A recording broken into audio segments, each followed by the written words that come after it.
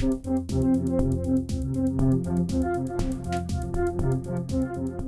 everyone, it's Elizabeth from Elpis Astrology at elpisastrology.com. So I've got a couple events coming up for folks that are in the San Diego area or folks that want to travel in to see me.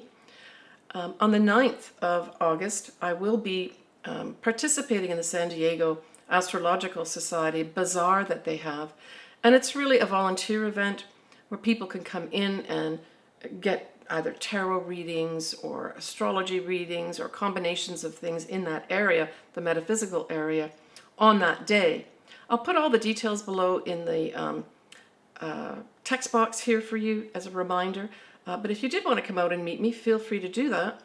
I'm also going to do another event on the 13th of September. Again, I'm going to put the details here. Again, at the San Diego Astrological Society, where I will be giving a lecture and talk on Mercury, Venus, and Mars retrogrades and what they mean and how you can look at them from your standpoint as well in your chart. I will be recording that as a video, and I'll post that on my site at some point in September too. But feel free to come and support the San Diego Astrological Society and say hi to me too. I look forward to that. So thanks for joining me today. This is my video. It's going to be a shorter than usual video, but this is for the astrology.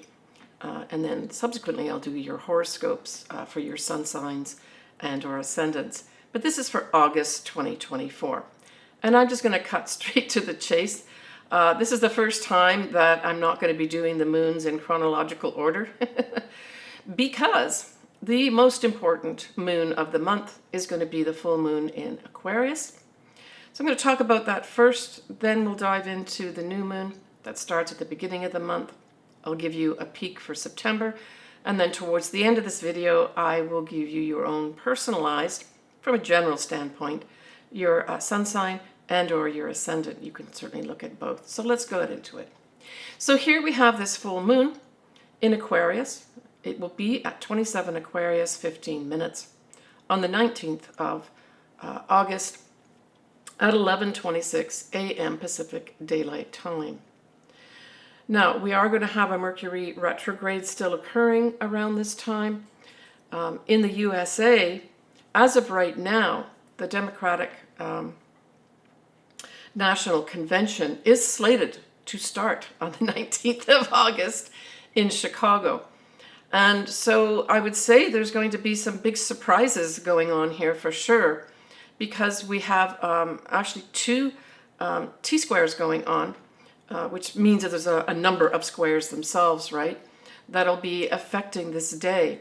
And typically I've found, or historically with either clients or just, in the mundane universe or world, a lot of times these things that are going to happen that are, say, explosive or unexpected out of the blue can happen before the full moon itself. Yeah, and I'm thinking that that may happen, whatever is going to come out of this may first start showing itself around the 14th or 15th of August. I'll touch on that in a minute. Let's get back to this full moon. And so at this full moon, we have the moon in Aquarius, and then of course, as with all full moons, we have the sun in the opposite sign, and that's of course 27 degrees of Leo. So both the moon and the sun form a square with Uranus, almost exact in Taurus. We have the sun also conjunct a Mercury retrograde. And so then we know that if the sun conjuncts this Mercury retrograde, it is going to be opposite the actual full moon itself in Aquarius, right? The other things that we have going on are Mars is going to be conjunct Jupiter, and they're both in Gemini. Just straight off to have that. It is part of a grander T-square, but just the Mars conjunct Jupiter is, like, I would say, off the charts. Messaging, talking, arguing, and it could be quite loud. Jupiter expands everything it touches. Mars likes to put in action and movement forward. These both are being conjunct in Gemini, which really speaks to any kind of communications of any sort. Could also apply to writing. And it can also apply to thinking too, where people, their heads are going to be, really active and wanting to put action into their words. So there's a lot of this that's going to be going on as well. We also have this Mars conjunct Jupiter squaring off Venus in Virgo. So what this also says to me, not only is there going to be a lot of, spontaneous is the best word I can come up with, discussions and arguments, but you're also going to have it not jibing with information, important information that comes out at this time that, you're being asked to look at. And this could just apply across the board in anything. Now, Venus can represent females too, so it could be that there will be some important female here that has some difficult but true and significant and important information for us to look at, right? Because that Venus is in Virgo, and Virgo represents facts and information, very much like the sign of Gemini and Mercury, which rules both those signs. But Virgo is more intent upon getting the accurate information, the important information. Gemini says, just give me information, right? Now, at its best, this can bring in or usher in, you say on an individual level, a lot of socializing and a lot of communicating, right? It can bring that in too. But it seems to me, on a global level, that there's going to be some hard facts and information brought to light that people aren't going to like, and they're going to push back on this day. And we also have that Mars conjunct Jupiter squaring Saturn. And as I mentioned, these combinations of planets forms what's called a T-square, which brings even more tension to the squares themselves, right? And so now we're looking at this volatile energy of Mars conjunct Jupiter squaring Saturn. And so it's the rules and regulations that are going to be challenged here, right? And this could actually be a challenge to those people that are in authority as well. My opinion of this whole full moon. It's going to be very volatile, a lot of unexpected things happening. It doesn't mean that you're going to go hide away from it this day. I think a lot of these things are going to be playing out on a global level, not necessarily with us in terms of a personal, individual thing happening. But certainly if you've got something, say, around 27 degrees of Aquarius and or 27 degrees of Leo, you could expect some kind of unexpected shift and change for yourself, right? And maybe that's going to be positive for some folks. All right, let's dial back now to the new moon in Leo. So to all my viewers and my clients that are Leos, this is your official new moon, the new start to the year. Congratulations and Happy New Year to you. So that new moon in Leo is at 12 Leo 34 minutes on the 4th of August at 4:14 a.m. and that's Pacific Daylight Time. So that would be early morning on the East Coast. We have the sun and moon, which are together. We'll have a wide sextile to Jupiter, which is going to be at 15 degrees of Gemini. And so this lends itself to lovely opportunities to expand the way we think, expand maybe something to do with our communications. Just new starts, generally speaking, right? So also at that new moon, we are going to have Venus at 29 degrees of Leo will be widely squaring Uranus. And so when we look at that 29 degree mark or degree point, it really brings a lot of the energies of the sign together at that time. And so here we're talking about what? Anything Venus. This could be literally women. Women, rising up. It can have our values being challenged. It can also bring in things like money Venus is also money as well. And so all these could be up for some kind of tension and challenge at this time, unexpectedly, with the Uranus square to it, right? Now, the other thing that's going to be happening, of course, is the same day that we have this new moon, we have Mercury going retrograde. It will be happening at 9:57 though p.m. Pacific Daylight Time, and it will go retrograde at 4 Virgo and 6 minutes. It will go direct later in August at 21 degrees of Leo on the 28th of August. So really, realistically, we are looking at a Mercury retrograde for the whole of August on top of everything else, right? Yeah, so this Mercury retrograde is in 2 signs. We start off with it in Virgo, and as I mentioned earlier, Virgo is all about service. It is about collecting information that's important. It can also have something to do with health as well. So it starts off with that. And then it goes retrograde back into Leo, going direct at 21 degrees of Leo on the 28th of August. So these are different energies now that the Mercury going direct will be at. So here we're talking about, at its best, the ability to start having fun. I mean, for sure, Leo is very much a sign that likes to have fun. It speaks to things like royalty. So there may be some big announcement that comes through royalty. I know I mentioned this last month too, but this could be the time where there's some announcements here about this. It's creative projects. So on an individual level, if you've got, say, these degree points tying into your chart, it could have you under some big discussions about contracts. Maybe there's going to be some folks that'll get some creative project completed at this time too.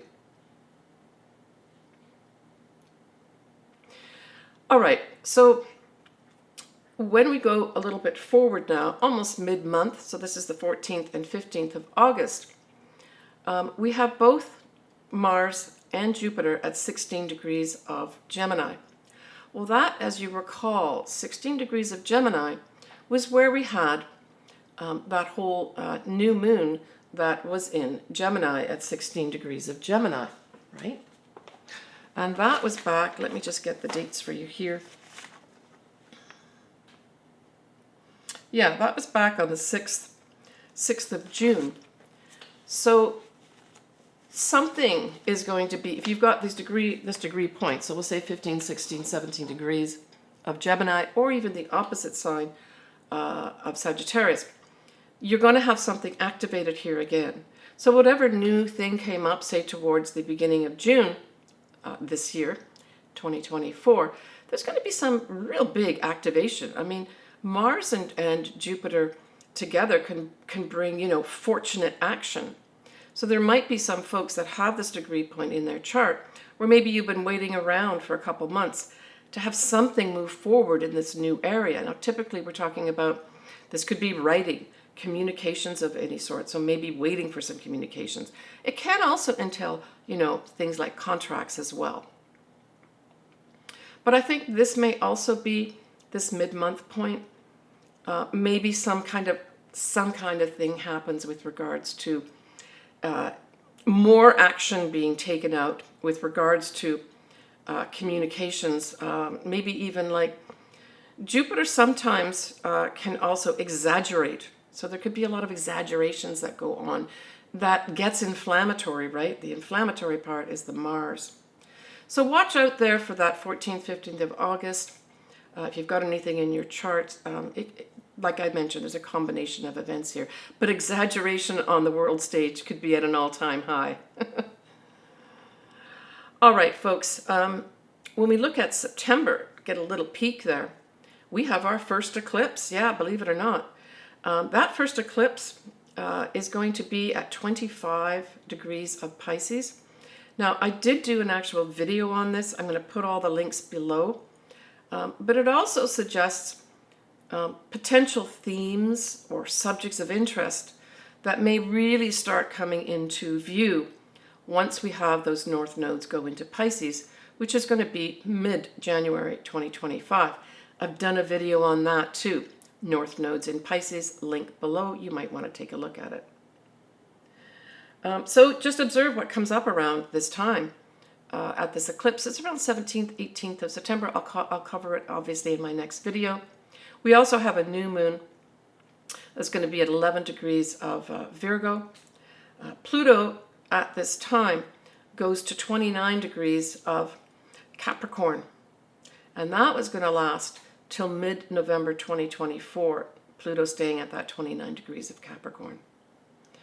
And it'll be for the final time, it'll be at that degree point for our lifetime, right? Because Pluto is a very long cycle of about 250 years.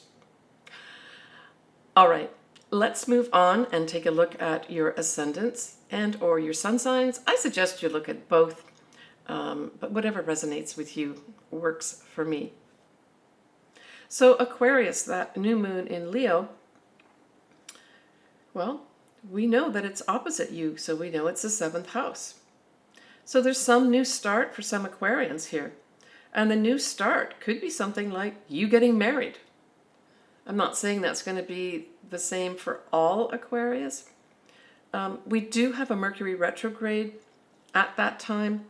So the only thing I can say is that if you can avoid signing contracts, but if you're getting married, you're going to be signing one.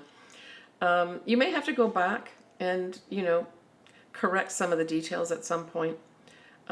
We can't take Mercury retrogrades and literally not do anything at that time.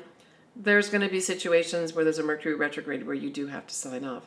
I always say that as long as you've started the process before the shadow period and before the Mercury retrograde starts, whatever that event was, let's just say you are getting married. But the planning for all that happened months prior. So the actual event that happens on the new moon at the Mercury retrograde as well has been planned months in advance. Typically, I would say you should be okay. But, there could be some little snafu. So for those that are getting married, check all the details. Make sure you've got all the emails and messages that you've received. Look in your spam folder if you've been waiting for something, right? Now, we do have Pluto is still in Aquarius at that new moon. It's at 0 degrees, but it's still in Aquarius. So certainly if you've got something, for some Aquarians that have something around 0 or 1 degree Aquarius, this could involve some major transformation for you that will continue on and off for at least a year, right? Pluto stays and hangs around degrees for quite some time. All right, so the full moon in Aquarius, of course, is your sign, Aquarius. It's your first house. So there's some big shakeup here, Aquarius. There's no way of getting away from it. Big one or small one. We've got the sun together with a Mercury retrograde at this time, and it's opposite that moon in Aquarius.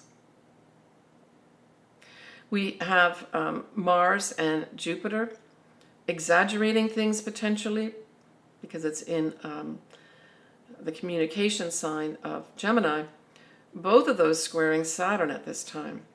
So there could be some confrontations here for some Aquarians where you've got to, challenge the authorities, challenge the rules and regulations. And maybe it's not a bad thing. Again, with the whole Mercury retrograde happening most of August, the big thing for you, Aquarius, is to check all the details, check all the communications, check all the contracts, and make sure that you understand what you're signing off on. Make sure that whatever you're saying is very clear for people at this time.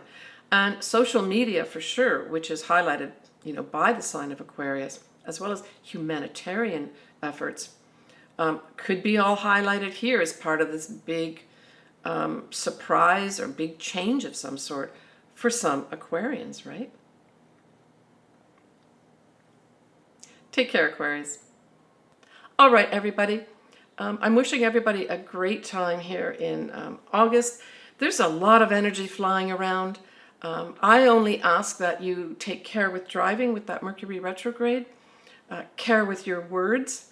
If you are being irritated and you feel like you want to lash out, it doesn't mean you shouldn't say something, but I ask that, especially in the month of August, you take that 10,000-foot view and try to look at things as a win-win situations where you can put your thoughts forward and opinions, but respect others too, right?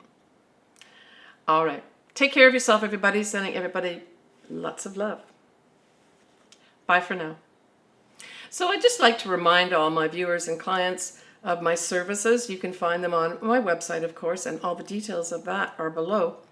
But I do a tarot combo astrology reading for $50. It's my only pre-recorded one, unless specifically a client asks for me to pre-record a Zoom call for them. But I do other things too. I can do your just your transits and progress chart for this birthday year. As an option, I can do a full-on horoscope look at all your astrology, including an in-depth analysis of your natal astrology and then progress charts, and then all the transits on top of that. I can do that as well. So check me out. As I said, I've got all my details below. Send me an email with your birth details and a question or area of life that you're interested in me focusing on. I do a Zoom video, whether it's pre-recorded or live, with you to go over all these details.